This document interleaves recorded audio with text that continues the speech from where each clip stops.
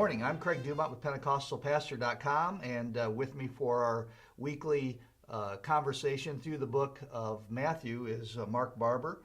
Mark, we were just before we got on camera here, we were talking about how we've had quite a number of conversations just on the Sermon on the Mount. Yes. And I've actually just for the reference for those that may be watching, I've actually kind of subdivided some of them. I've put up under different categories a section that we did on prayer.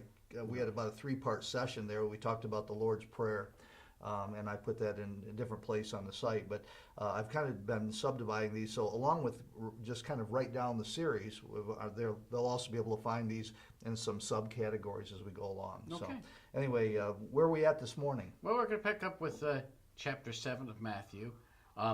Now, if you read a lot of the Bible versions, it starts this paragraph with chapter 12. Therefore, all things that you would have men do to you, do so to them. This is the law and the prophets. But I put that with the previous one. The reason is therefore is a concluding idea, and it sums up what has been said before, not leading into what is about to happen. So we're going to pick up with verse 13 where it says, enter in at the straight gate. Well, what's a straight gate? Well, something that's not crooked. I would just say something that connects correctly. Most people think of S-T-R-A-I-G-H-T,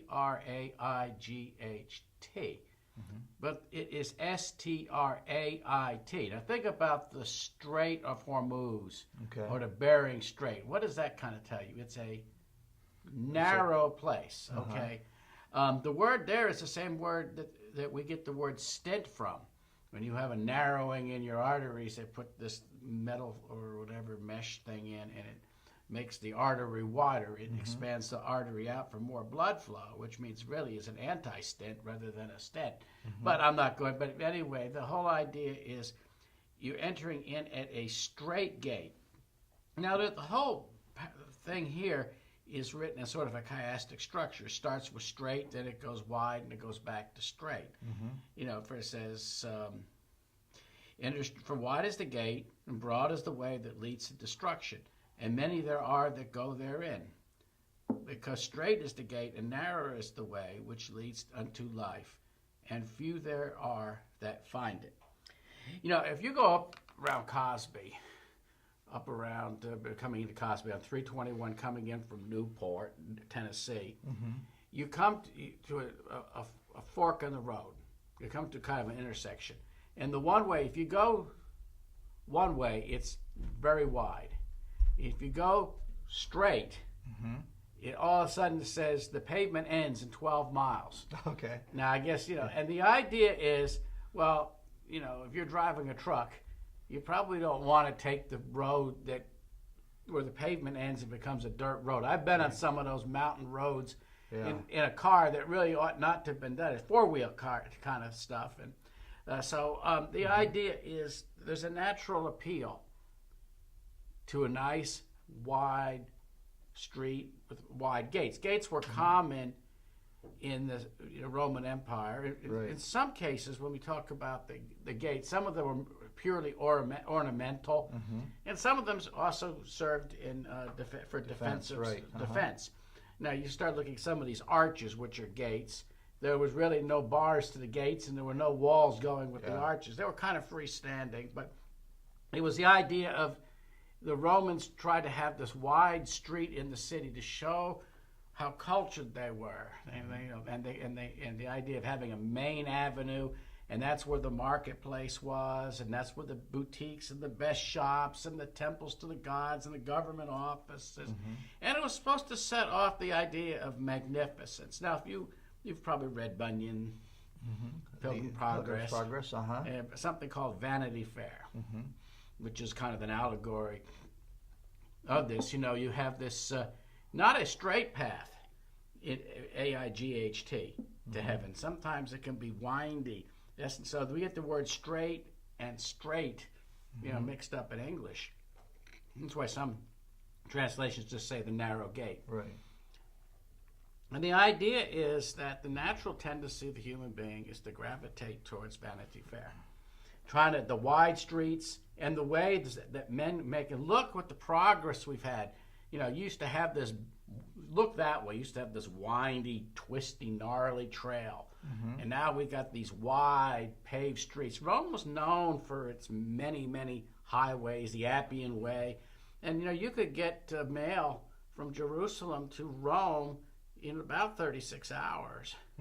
You know, and you consider you didn't have cars and stuff in that day. 36 hours by horse, you know, it's, you know, so. That's Amazon next day delivery. Well, not quite. And don't put plugs in just because you work for them. But nevertheless, I just want to say, it's a way that seems right to a man.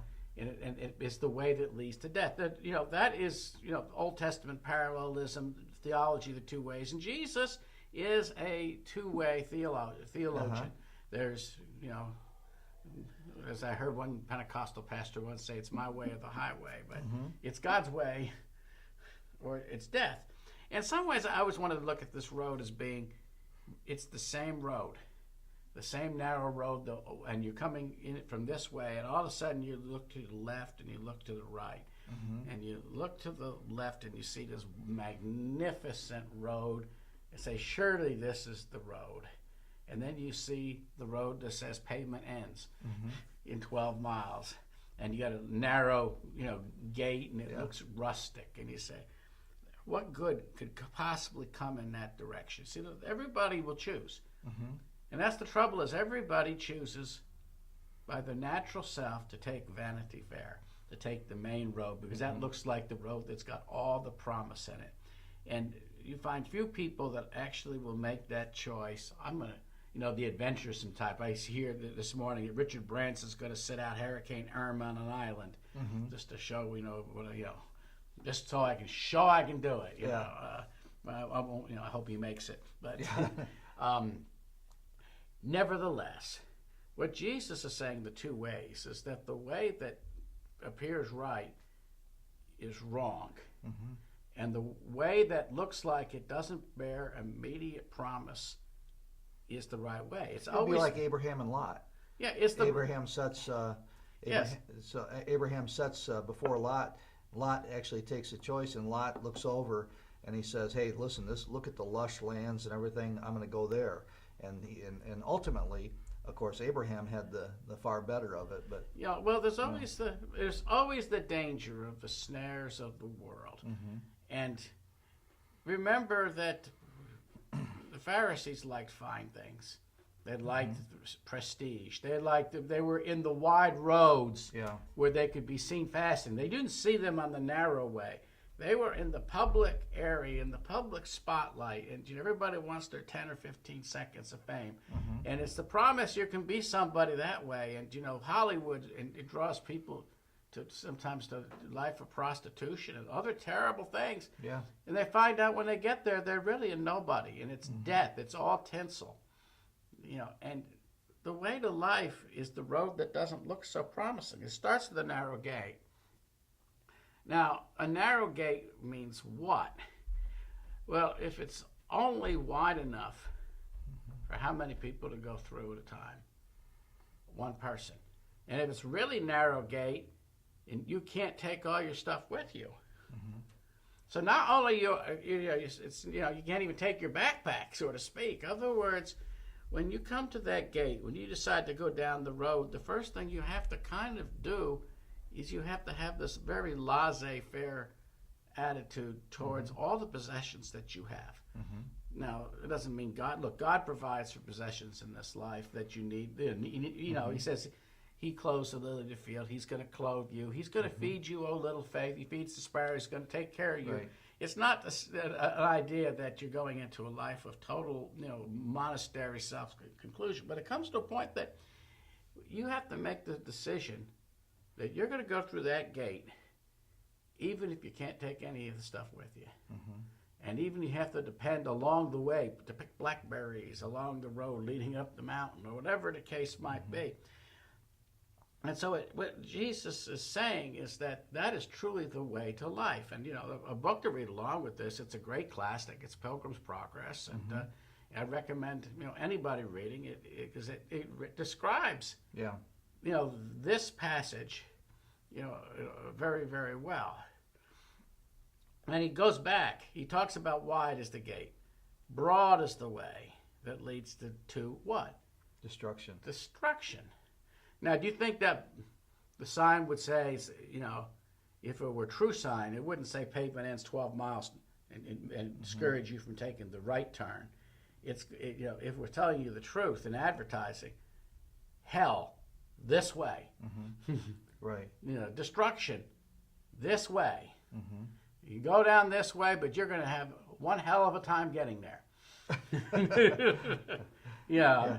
That kind of thing, and that's the way the world goes. Mm-hmm. And it's always that unless God and the Spirit calls you to take the other way, unless you're the Abraham, or where he says, leave this. I mean, Abraham had a splendorous city. Of Ur was maybe next to Egypt as being the civilization to live in, and he was a man of prestige and honor. He was Avram. He was a mighty father without any kids, of course, but he was, basically, a man of renown. And all of a sudden he says, "Go where I tell you." Now he goes first to Haran, and then from Haran he ends up in Canaan land as a wanderer. That's taking the back pilgrim roads, and the people still lived in the cities. What wealth there was in Canaan. And it wasn't the same as Ur and the Chaldees. There was still some nice places and nice cities and nice towns. Yeah. He didn't get to possess any of that. He's looking for a city which has foundations, whose builder and maker is God. And a way now we should, I think, let me just, I'm always the one throwing, covering my perspective in here on that. But, as we said, it is interesting that Abraham almost became a city. You could almost say that he was a city unto himself. Yes. Because, when he went and he liberated Lot, remember when Lot was taken? Yeah. What was there was 300 warriors, men. He had warriors within his household. Yes. he took an army, again. So, there was a, so God had blessed him, even as he had done all of that.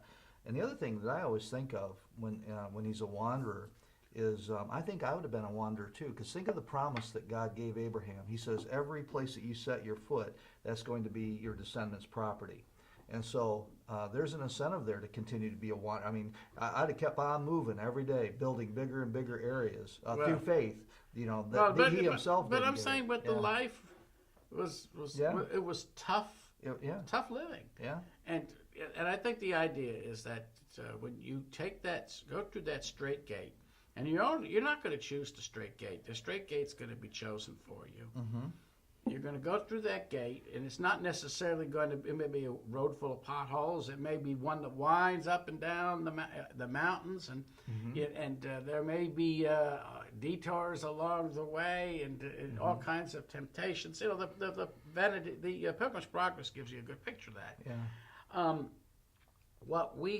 And dangers of all sorts. Yeah. But there's a promise of the celestial city, that Pilgrim and his friend, go to, and he has other friends that make it part of the way, and they turn back. There's others that try to find other ways over the wall rather than the right way over the wall, and so on and so forth. Man, it's been a long time since I read that book. Now I think the last time I read that, actually I went out and bought, when I first started buying, I went out and bought, this is a long time before you could just go online and get it. I went out and I was searching through all the old bookstores and all of that, and I actually came up with some really old versions of Pilgrim's Progress with some great artwork in it and everything, and I still have a couple. But to be honest with you, last time I read that book was actually I walked through that book with my kids when they were young. Yes. And so I haven't read that book in a long time. Now you're making me think. I'm trying to remember.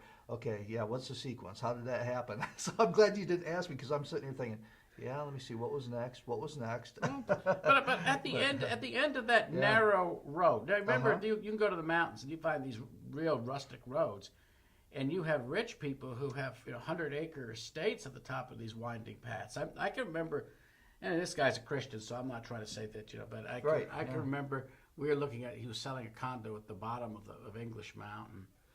And anyway, and he was an old man and his wife, and they only had one. One of the children had died, and the other one was in an institution and whatever. And they called me, invited us to come up, and there was a mile-long, windy road going up to the top of the mountain. And all of a sudden, there's about maybe 8,000 square feet of mansion up there, with a view of 100 miles. And it was all glass windows everywhere. And he had a guest house that was 4 floors. And I said, and that used to belong to somebody named Roscoe up there on English Mountain. And Roscoe was a farmer. And it was, trying to farm a hill on a slope like that, it's not the easiest thing to do.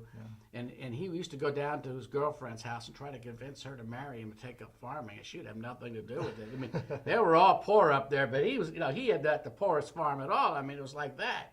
And now, I think that he was selling that estate for like $6 million. Wow. And he took voice lessons from the brother of General Rommel. Wow. He was over in Germany. He's an interesting fellow, a dentist.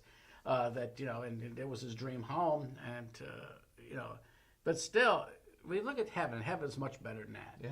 But the idea is that you have to be willing to go through the road, realizing it's just a deferred fulfillment. As compared to immediate, the gratification. It's delayed gratification. Is that the trip of faith says that nothing on this earth compares to the promise God has. Think of the gates of pearl. You think of streets of gold. And you think about having a place in the great mansion of God. I go and prepare another room, especially for you. And it talks about the fruit along the bank and the peace and, the ultimate fulfillment of everything, but on the way there, it talks about there's dogs and wolves and people out and scavengers and all kinds of terrible things outside the gates. And the book of Revelation talks about all of the dangers, toils, and snares, if I could use John Newton's words, that are involved along that way. And that's what book of Revelation is telling you to do, is the greatest danger to your faith is not the Roman is going to come and cut off your head. It is compromising your faith. If you read what Jesus gets really into the 7 churches of Revelation about, is that they don't compromise their faith and mix the world with their faith in God. Yeah. That was a far greater danger than even losing your head. And because if you lose your head, it says the souls of people whose heads have been cut off for Jesus, that they're at the altar of God, and they're in the keeping of God, and everything's going to be okay. And so when you're writing Matthew, you're going to talk about some of these people who first read this book are going to have to make a very serious decision, because pretty soon what's going to happen is the Pharisees and the Jews are going to say, these people have been excommunicated from the church, from the synagogue, and therefore their protection to worship their God anywhere in the empire expires. This was our exclusive privilege, and they're not us. And all of a sudden, people are going to lose their status as citizens in Rome. That was the first thing you do, is to say, well, you want to live rustic. You don't have faith as the great goddess Roma has provided you all this, and the emperor is the son of God. Look at these wide streets you've got. Look at the army that protects you, the navy that protects you. Look at the food. Look at the great economic and social and everything else. Look at this great social experiment we've made. You want to lose all that and lose your citizenship to go follow this Galilean crucified slave in the backwoods of Podunk? Because, if you don't believe we've provided you all these things, we will take you all these things away. And then you come to the faith. Who is the one that provides all things? Is it God? Is it God who cares for you? Is it God who's ultimately going to provide? Is it God who sent Jesus Christ to die on a cross for us? Is it all these things, or is it Rome? And so we face this. Even in America today, we face the same decisions. Either you compromise your faith and get along, and then you can have a nice house next to in Beverly Hills too. Yeah, we turn, even Christians turn to the government God for provision. I mean, the government's God's got to be the God who heals thee. I mean, we turn to the government for health care. We turn to government for welfare benefits. So we turn to that's probably the single greatest problem in our churches today, from my perspective, is that we forget that God's our provider and we turn to the government God, and we do it by force a lot of time. If you have to sell your soul, yeah, to get the handout. Yeah. Now, it's one thing to say God can use governments to provide for people's needs. I hope God uses the government to provide for people who are suffering from Harvey and about to suffer, I suppose, from Irma. Or hopefully, God will send Irma out to save. I guess this would be my. The Bible says that God does give government, but it's made to protect us from enemies from without, and it protects us from they swing not the sword. That you have the sword is from criminals, and it's to uphold the justice. But really, it's when it comes right down to it, it's the church that is. It's God Himself who's a provider. But then He uses the church to meet the needs. I think that great disasters. It is true that we're mobilizing, and as a nation we're going to help. But really, first and foremost, that is a church function rather than a government function. Well, but even so, you look at the early path of the early church. They used Roman roads. To go from city to city. The wealth of the wicked. And sometimes they used the Roman government had to protect Paul from being killed. Yeah. There were times that the God used the government providentially, for the spreading of the Christian faith. Right. So I'm not here to talk badly about government per se. They do have their, but if they get the point, they say you've got to either you bow down to the genius of Rome, or you bow down to Christ outside of the city. This is what the people of Hebrews, which is another fascinating Mark, book. that's what I'm saying today is that because Christians have bowed down to the government God for their provision, just like the Egyptians did to Pharaoh. They bowed down and said, but the problem is that government God doesn't just provide. I mean, it comes back and bites you, because look what's happening today. What is our government God doing to the churches? It's coming back and it's saying, just like the Roman government did, hey, listen, we're your provider. If you do not endorse, if you do not marry homosexuals, if you do not, give the endorsement to transsexuals or transgender, we will shut you down. We will throw you in prison. So there's that right now there's that growing pressure. So it is. I mean, the first thing that'll happen is like what happened with Bob Jones University. We'll take away your tax exempt status. Yeah. And we'll tax you. And then, all of a sudden, we can't be taxed. We'll surrender. Yeah. What we have to understand is the decision, first of all, it's a narrow gate. Yeah. You have to make that decision as an individual. Mm-hmm. Now, you will find on the other side of the gate a community of like faith and other brothers and sisters that will help you and assist you along the way as you help and assist others along the way. There is a church on the other side. Mm-hmm. It kind of reminds me of driving up around up around Reliance, Tennessee. And anyway, we took some of the back roads, So, I'm one of those nuts that takes the back roads. It drives my wife crazy sometimes. We ended up at the top of this mountain. I guess it's somewhere near Ducktown. I don't know. Out in the middle of nowhere, and there was hardly there's 2 or 3 houses scattered here and there. And here you have on the top of the mountain this big Baptist church with a huge cemetery. So, where on earth did they get all these people from to put in that boneyard, and who come to church and have decorated all these graves? So, at the top of this mountain, it looks like there's nothing, and all of a sudden you come to it, and there is something. So anyway, just to sum it up, the Christian walk has to be that we have to Jesus first, Jesus only. Mm-hmm. We have to go through the same narrow gate that He went through. That narrow gate leads to a cross. Mm-hmm. It's a hard way. It's a way of wandering. It's a way of pilgrimage, but it leads to the celestial city. Along the way, Pilgrim, if we read in Pilgrim's Progress, a couple places he gets wined and dined and feasted, and God looks after the temporal needs along the way amidst rejection and imprisonment and baiting and all kinds of other things. There's that mix of stuff that's along the way of Pilgrim's journey to the celestial city. But ultimately speaking, you accept with thanksgiving the blessings God gives you for your refreshment. You give with thanksgiving the fact you've been counted worthy to suffer for the name of Jesus Christ. Mark, before we go on, okay, go ahead. As we wrap this up, I don't want to tackle this here, but I do want to leave kind of a question dangling for another session, and that is this: it says, "Few that be that find it." Okay, but that I want to talk at some future point about how that connects with other places where Jesus clearly talks about the kingdom of God expanding. And he says, when I'm lifted up, I will draw all men unto me.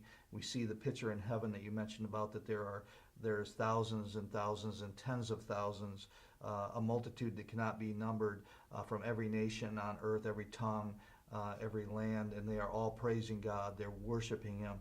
And the promise that the knowledge of God will cover the earth as a water. So we have these seemingly very tight exclusionary areas where it says only a few, but then we have the other pictures, and I would probably say that in almost all the parables, the picture is of the kingdom of God expanding exponentially. Well, so it does.